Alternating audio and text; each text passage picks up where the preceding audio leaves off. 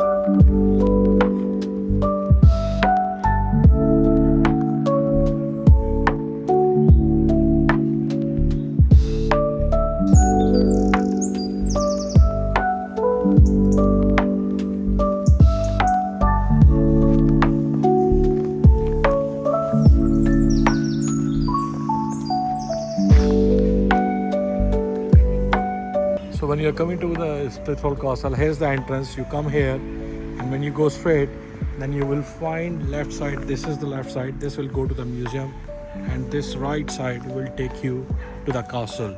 You can go from the castle from here as well, from your left side. But better if you go museum at later, go to the castle first, and then when you come back, you can attend this museum and come back from here.